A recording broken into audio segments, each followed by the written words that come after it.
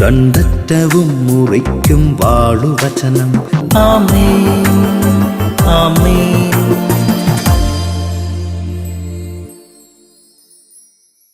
ഈ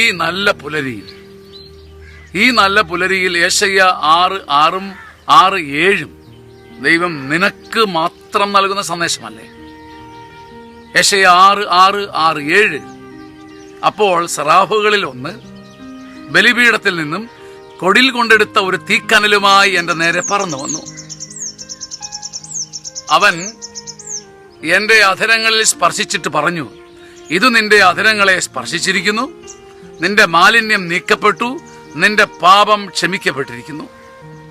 എന്റെ പ്രിയപ്പെട്ട കുഞ്ഞെ, കർത്താവ് ഇന്ന് എന്നോടും നിന്നോടുമായി പറയുകയാണ്, വിശുദ്ധീകരണം, സാങ്ക്ടിഫിക്കേഷൻ, വിശുദ്ധി എന്റെ കഷ്ടപ്പാടിന്റെയും എന്റെ കണ്ണുനീരിന്റെയും മാത്രം ഫലമല്ല.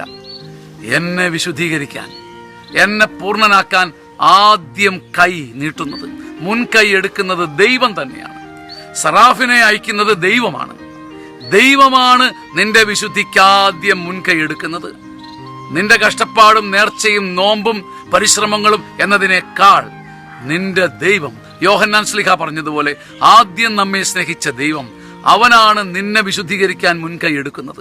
നീ പതറാതിരിക്കുക, നീ കരയാതിരിക്കുക, നീ കുനിയാതിരിക്കുക, നീ വീഴാതിരിക്കുക, നീ ഞെളിവിരി കൊള്ളാതിരിക്കുക. നിന്റെ സകല വീഴ്ചകളിൽ നിന്നും നിന്നെ വിശുദ്ധീകരിക്കാൻ മുൻകൈ എടുക്കുന്നവനാണ് ദൈവം. നിന്റെ മാലിന്യം നീക്കാൻ ആദ്യം കൊതിക്കുന്ന ദൈവം, നിന്നെ അലട്ടുന്ന കുറവുകൾ നീക്കാൻ മുൻകൈ എടുക്കുന്നോനാ. ആരാധിക്കുന്ന നേരം സറാഫ് പറന്നു വരും, സ്വർഗമയക്കുന്ന തീക്കനലാലെ നിന്നെ സ്പർശിച്ചിടും. നീ ആരാധിച്ചാൽ, യെശയ്യായെ പോലെ നീ നിരന്തരം ആരാധിച്ചാൽ, നിനക്കൊരിക്കലും രക്ഷപ്പെടാൻ പറ്റാതെ നീ ഉരുകിയ നിന്റെ കുറവുകളിൽ നിന്നും ദൈവം മുൻകൈയെടുത്ത് നിന്നെ വിശുദ്ധീകരിക്കും. ആമേൻ, ആമേൻ, ആമേൻ.